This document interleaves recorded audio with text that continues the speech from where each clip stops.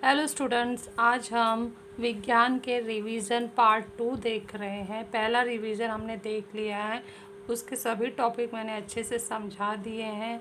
आप लोगों ने 200 पेज के लॉन्ग नोटबुक में वो पहले टॉपिक पार्ट 1 का सब जानकारी लिख लिया होगा। अब उसी 200 पेज के लॉन्ग नोटबुक जो 9वीं के लिए फेयर नोटबुक है साइंस का, उसी में आप लोगों को रिवीजन पार्ट 2 भी लिखना है। पहले रिवीजन पार्ट 1 विज्ञान का लिखा, अब रिवीजन पार्ट 2 लिखना है। ये लिखना इसलिए ज़रूरी है क्योंकि आप लोगों का संडे एग्ज़ाम है, तो ये टॉपिक पढ़कर एग्ज़ाम देना ज़रूरी है। और ये टॉपिक ऐसे हैं कि आपको साइंस 1 में उपयोगी भी आएंगे, इसलिए लिखना ज़रूरी है। तो अब हम जो पार्ट 2 है वो इलेक्ट्रॉनों का वितरण से शुरू कर रहे हैं। इससे पहले हमने परमाणु में देखे थे कि नाभिक होता है, नाभिक में जो उप परमाणविक कण है प्रोटॉन और न्यूट्रॉन रहते हैं। प्रोटॉन धन आवेशित है, न्यूट्रॉन आवेश रहित है, और इलेक्ट्रॉन है नाभिक के चारों ओर बाह्यतम कवच में वृत्ताकार पथ पर घूमते रहते हैं जो ऋण आवेशित होते हैं। ये सब हमने जानकारी लिया था। उसके बाद जेड और ए पढ़ा था, और जेड ए कैसे हम संकेत में दर्शाते हैं वो भी देखे थे। अब चलते हुए इलेक्ट्रॉनों का वितरण विभिन्न कवचों में कितने संख्या में होता है, इसकी खोज किसने की? तो बोहर नामक वैज्ञानिक ने परमाणु प्रतिकृति के अनुसार इलेक्ट्रॉन स्थायी कवचों में परिभ्रमण करते हैं। इन कवचों की विशिष्ट ऊर्जा होती है। परमाणु नाभिक के सबसे समीप कवच को पहला कवच, उसके बाद वाले कवच को दूसरा कवच कहते हैं। हमने देखा था, हमने इससे पहले भी आकृति बनाई थी।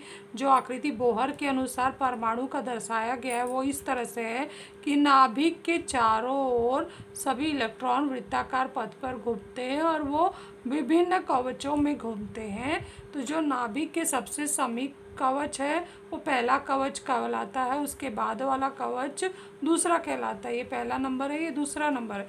इसी तरह से आगे जो कवचों की संख्या 3, 4, 5 बढ़ती जाएगी। कवच क्रमांक को हम n संकेत द्वारा दर्शाते हैं, उसका उपयोग करते हैं। n नंबर होता है तो वही n का उपयोग करते हैं। n का मान बढ़ाने पर कवचों के इलेक्ट्रॉनों की ऊर्जा भी बढ़ती है। जैसे जैसे कवचों की संख्या बढ़ती जाती है, इलेक्ट्रॉनों की ऊर्जा भी बढ़ती जाती है। तो अब ये सारणी में कवच के क्रमांक, कवच के नाम और कवचों में कितने इलेक्ट्रॉनों की क्षमता है वो दर्शाया गया, और इसे हल भी करना है और आपको बुक में भी लिखना है। तो कवच क्रमांक n को सिंबल से दिखाया गया है, n सिंबल से दिखाया गया है, और कवच संकेत हमने लिया है। फिर कवच में इलेक्ट्रॉनों की धारण क्षमता कितनी होगी, वो 2n वर्ग इस सूत्र से दर्शाया गया है। तो सबसे पहले अगर हम n बराबर 1 लेते हैं तो उस कवच को k कहते हैं। जैसे ये नाभिक है तो ये वाला k कवच हो गया, और जब दूसरा कवच लेते हैं तो उसको L नाम देते हैं, और जब तीसरा कवच बनाते हैं, तीसरा कवच इस तरह से बनाते हैं तो उसको क्या नाम देते हैं, M नाम देते हैं। अगर आपको इस तरह से ये बनाना है तो गोला प्रकार की सहायता से एक केंद्रीय वृत्त बनाओगे तो बराबर सही बनता जाएगा। इसके बाद तीसरे कवच को M नाम दे देते हैं, चौथे को N नाम दे देते हैं। तो हम देख रहे हैं कि 1, 2, 3, 4, 5 बढ़ रहा है, तो ये अंग्रेजी का letter K, L, M, N। तो आगे कौन सा नाम आएगा वो आप लोगों को होमवर्क दिया जा रहा है, आप मुझे कमेंट बॉक्स में लिख कर बताना और फेयर में भी लिखना। चलो इसको हल करते हैं। हम पहला कवच जब डालते हैं 2n वर्ग, इलेक्ट्रॉनों की धारण क्षमता बोहर ने बताया था कि प्रत्येक कवच में कितने इलेक्ट्रॉन आएंगे, उसके लिए सूत्र है 2n का वर्ग, 2 गुणे n का वर्ग। n क्या है, कवच क्रमांक है। तो n अगर 1 हो तो 2 गुणे 1 का वर्ग हो जाएगा, तो 2 गुणे 1 बराबर 2। तो पहले कवच में 2 इलेक्ट्रॉनों की क्षमता होती है, उससे ज़्यादा नहीं होते हैं। उससे कम आ सकते हैं लेकिन उससे ज़्यादा नहीं आ सकते हैं। अब जो दूसरा कवच है उसका नाम L है, और उसमें धारण क्षमता कितनी होगी वो हम कल हल करेंगे। तो 2n वर्ग लिखेंगे, उसके बाद 2 गुणे n की जगह पे क्या डालेंगे, 2 डालेंगे और उसका वर्ग करेंगे। फिर 2 गुणे 2 का वर्ग 4 होता है, उत्तर आ गया 8। तो दूसरे कवच में, L कवच में इलेक्ट्रॉनों की धारण क्षमता कितनी है, 8 है। फिर नंबर n बराबर 3 में जाते हैं, सूत्र वही है जो ये बोहर ने, याद रखना बोहर ने ये सूत्र खोजा था। तो 2 गुणे n क्या है 3 है, तो 3 का वर्ग बराबर 2 गुणे 3 का वर्ग 9 होता है, तो ये 18 हो गया। तो अधिकतम इलेक्ट्रॉनों की क्षमता जो m है कवच में वो 18 है। उसके बाद n जब हम लेंगे चौथा कवच, उसका नाम n रखा है, तो पुनः सूत्र वही 2n वर्ग में डालेंगे, 2 गुणे 4 का वर्ग, तो 2 गुणे यहाँ पर कितना 4 का वर्ग कितना हो जाएगा 16 हो जाएगा, और ये उत्तर आएगा 32। अब यही चीज़ आपको ये होमवर्क में दिया जा रहा है, ये आप फेयर बुक में भी लिखना और कमेंट बॉक्स में भी लिख के दिखाना। आप इसका स्क्रीनशॉट ले लीजिए और अब हम नेक्स्ट पेज पे चलते हैं और आगे का भाग देखते हैं। अब तक जो हमने पढ़े हैं, इससे पहले पार्ट 1 वाले वीडियो में भी परमाणु की संरचना का बताया गया था, और अभी हमने जो पढ़ा है उसके आधार पर ये क्वेश्चन का आंसर हम ढूंढते हैं। ये बहुत ही ज़रूरी है, एग्ज़ाम में पूछे जा सकते हैं।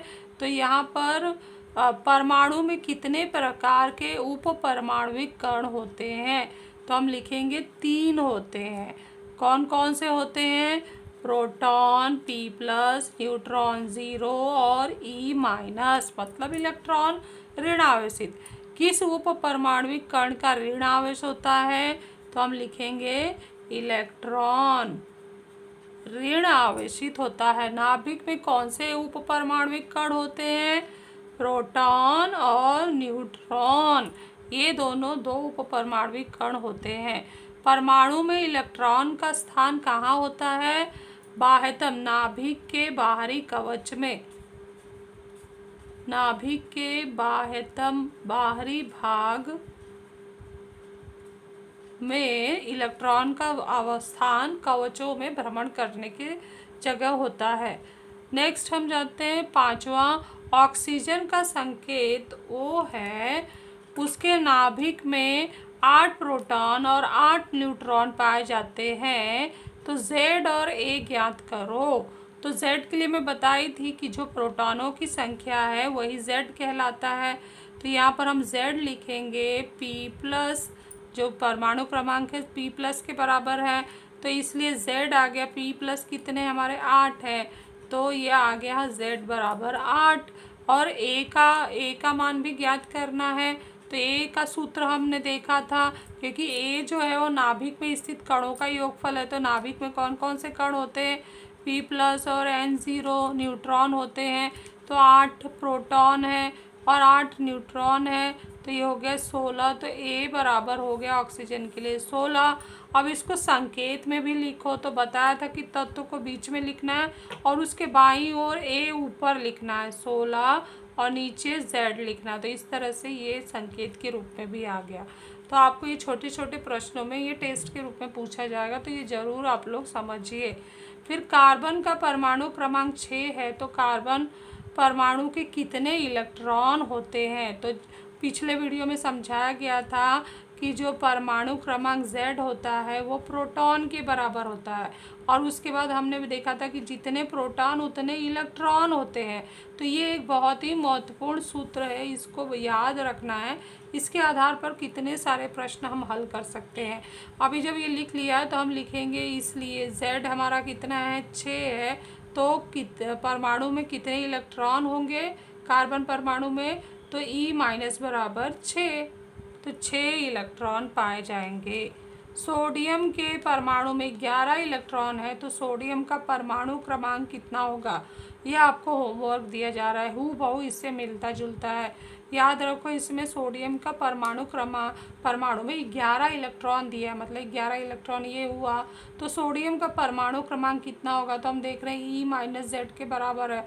तो बताओ Z कितना हुआ? अभी वो तो उत्तर मैं नहीं बताऊंगी, आप लोग लिखना, इसको कमेंट बॉक्स में भी लिख के बताना और फेयर में भी लिखना। इसका स्क्रीनशॉट ले लीजिए। अब हम नेक्स्ट पेज पर चलते हैं। तो हमारा ये जो पहला पेज पूरा हो गया है, अब अगला पेज हम देखते हैं। इसमें भी प्रश्न पूछे जा रहे हैं।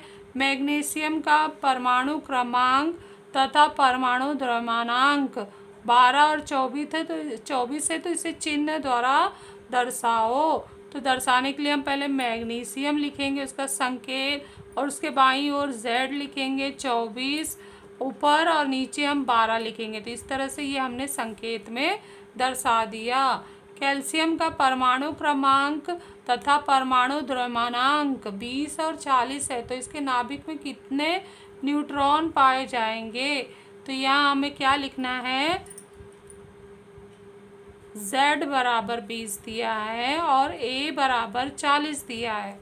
और हम जानते हैं A का सूत्र होता है P+N, तो A और P और साथ में Z बराबर होता है P के, तो ये हो गया 20। इसको नंबर 1 डाल दो और ये नंबर 2 डाल दो, तो 1 और 2 में हम 2 में 1 का मान रखेंगे, तो A बराबर हो गया P की जगह पे आ जाएगा 20+N, और A हमें 40 दिया है, तो 40 बराबर 20+N, और इसलिए N बराबर 40 - 20, तो N बराबर आ गया 20। तो कैल्शियम में न्यूट्रॉन की संख्या 20 होगी।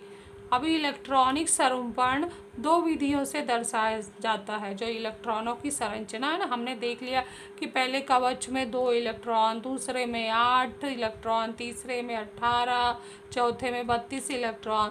तो जैसे जैसे हम परमाणु पढ़ेंगे तो उसमें आने वाले इलेक्ट्रॉनों को उसी जो क्षमता है उसी से हमें उसको संरचित करना होगा, स्वरूपित करना होगा, दिखाना होगा। तो 2 विधियाँ इसकी, एक आकृति विधि है और दूसरा सारणी विधि है। पहले आकृति विधि में हमने एक एग्जाम्पल लिया है सोडियम।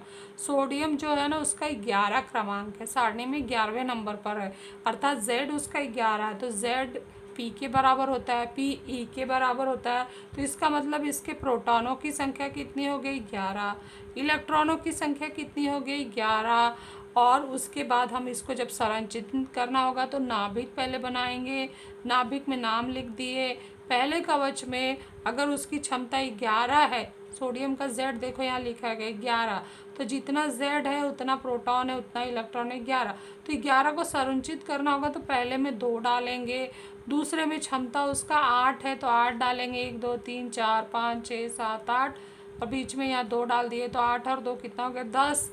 11 में से 10 को तो हमने संरूपित कर दिया, तो बचा हुआ 1 तीसरे कवच में जाएगा, अर्थात पहले कवच में 2 इलेक्ट्रॉन, दूसरे कवच में हमारे कितने 8 की क्षमता है, 8 डाल दिया, 8 इलेक्ट्रॉन, तो बचा हुआ तीसरे कवच M में जाता है।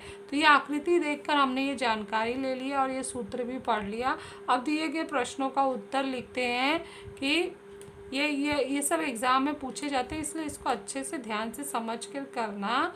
पहले इसमें पहले कि सोडियम का बाहरी कवच कौन सा है, बाहरी कवच यहाँ क्या लिखा गया है, तो M कवच है, यहाँ हम लिखेंगे M कवच है।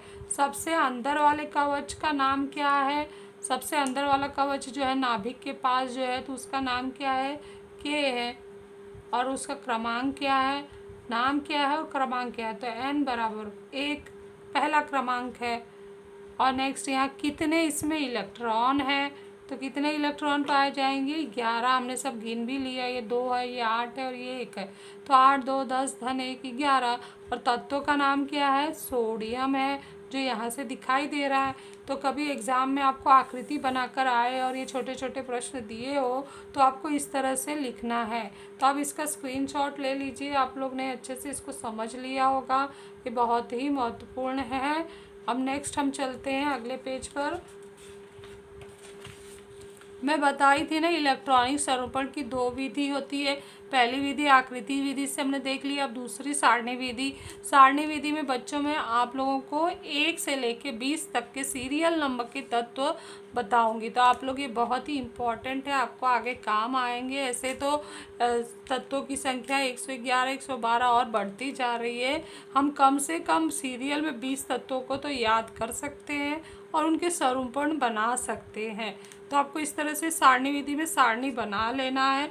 पहला आएगा तत्व का संकेत, दूसरा आएगा तत्व का क्रमांक, मतलब Z सीरियल नंबर, जैसे बोलते हैं ना तुम लोगों का जैसे रोल नंबर होता है, वैसे सारणी में जो होता है ना आवर्त सारणी होता है तत्वों का, उसमें भी तत्वों का सीरियल नंबर होता है। तो ये तत्वों का सीरियल नंबर है, लेकिन इस सीरियल नंबर को हम Z से दर्शाते हैं, लेकिन Z हमने पढ़ा P के बराबर होता है और P इलेक्ट्रॉन के बराबर होता है, अर्थात जो क्रमांक है वही प्रोटॉन है वही इलेक्ट्रॉन है। तो कितना इम्पोर्टेंट ये लाइन है, ये याद रखना है आप लोगों को। फिर इसके आधार पर ये ये यही इलेक्ट्रॉन है, तो इसको हमें वितरित करना है। तो वितरित करने के लिए कवच बना देंगे, के कवच, एल कवच, एम कवच, एन कवच। के में 2, एल में 8 और एम में 18 और एन में 32 की क्षमता बता देंगे। उसके बाद भरते जाएंगे। तो अब जैसे हम तत्वों का नाम पढ़ लेते हैं। Hydrogen, helium, lithium, beryllium, boron, carbon, nitrogen, oxygen, fluorine, neon, sodium, magnesium, aluminium, silicon, phosphorus, sulphur, chlorine, argon, potassium और कैल्शियम। तो सीरियल नंबर अगर इस तरह से आप याद कर लोगे तो उसके बाद सीरियल नंबर लाइन से डालते जाओ। 1 2 3 4 5 6 7 8 9 10 11 12 13 14 15 16 17 18 19 20 सीरियल आ गए।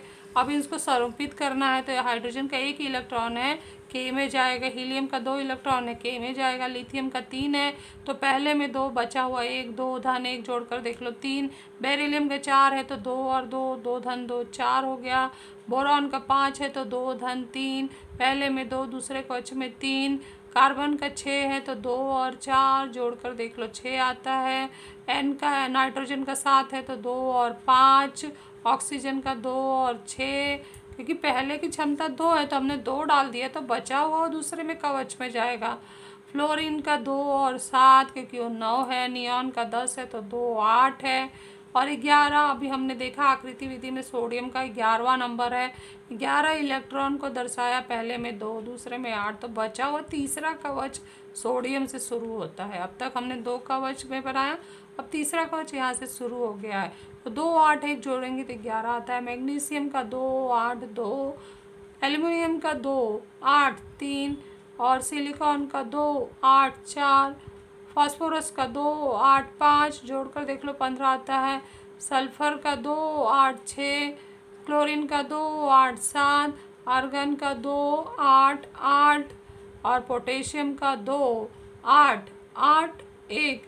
अभी आप लोग बोलेंगे यहाँ 18 की क्षमता है तो इधर क्यों नहीं 9 डाल दिया, क्यों हम इसमें गए, क्योंकि इसमें 18 भर सकते हैं। लेकिन बच्चों संयोजकता के लिए हम बाह्यतम कवच में अष्टक को पूर्ण करना चाहते हैं। तो कोई भी तत्व अपना अष्टक पूर्ण करने की कोशिश करता है। 8 अष्टक होता है, तो अगर अष्टक पूरा करने के लिए पहले वो 8 पूरा करते हैं। 8 पूरा होने के बाद बचा हुआ इलेक्ट्रॉन दूसरे कवच को दे देते। तो इस तरह से जो पोटेशियम के 3 कवच की क्षमता पूर्ण है, ये द्विक है, ये अष्टक है, ये अष्टक है।